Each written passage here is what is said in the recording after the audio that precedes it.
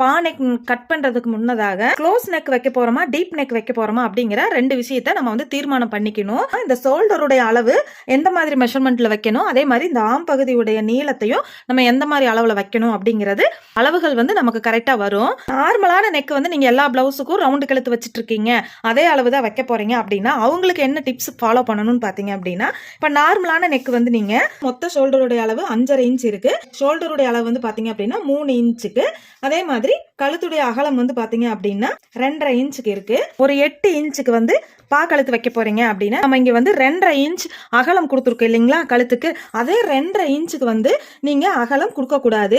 மேலையும் 2.5 இன்ச்சு, அதே மாதிரி கீழையும் 2.5 இன்ச் அப்படிங்கும் போது வந்து நமக்கு ரொம்ப பட்டையா இருக்கும். அப்ப வந்து ஷோல்டர் பகுதி வந்து நமக்கு இறங்கி இறங்கி வரும்.